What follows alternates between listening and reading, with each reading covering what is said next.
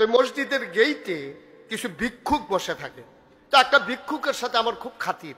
এই ভিক্ষুকটার আমি খুব মায়া করি, তার সুখ দুঃখ ভালো মন্দের খোঁজ খবর নেই। তা আমার এক বন্ধু একবার শহরে এসে আমার ফোন দিল যে, দোস্ত আমি তো একটু কুমিল্লাতে আসছি, তোমার সাথে দেখা করতে চাই। তাই বললাম ওই মসজিদে চলে আসো, আমরা একসাথে জোহর পড়ব, তারপরে তোমার সাথে আমার কথা হবে। তো জোহরের নামাজ পড়ে যখন বের হয়ে বন্ধুর সাথে কথা বলতে বলতে গেট পার হয়ে গেছি, যাওয়ার সময় আমার মুখের কথা ওই অন্ধ ভিক্ষুকটা শুনছে। সে অন্ধ, সে শুই না, সে বুঝে ফেলছে যে হুজুর বুঝে চইলা যায়। তখন সে আমারে ডাক দিয়া কইতেছে, হুজুর আপনি কি চইলা যাইতে আছে? আমি আরে না, আইতে আছি। আমি যখন ফেরত গেছি, যাওয়ার পরে আমি আমার বন্ধুকে বললাম, এই লোকটার যে চোখ নাই, কিন্তু সাংঘাতিক আকল। তার তো চোখই নেই, আবার আকল কেমন? আমি এখনই বুঝবা।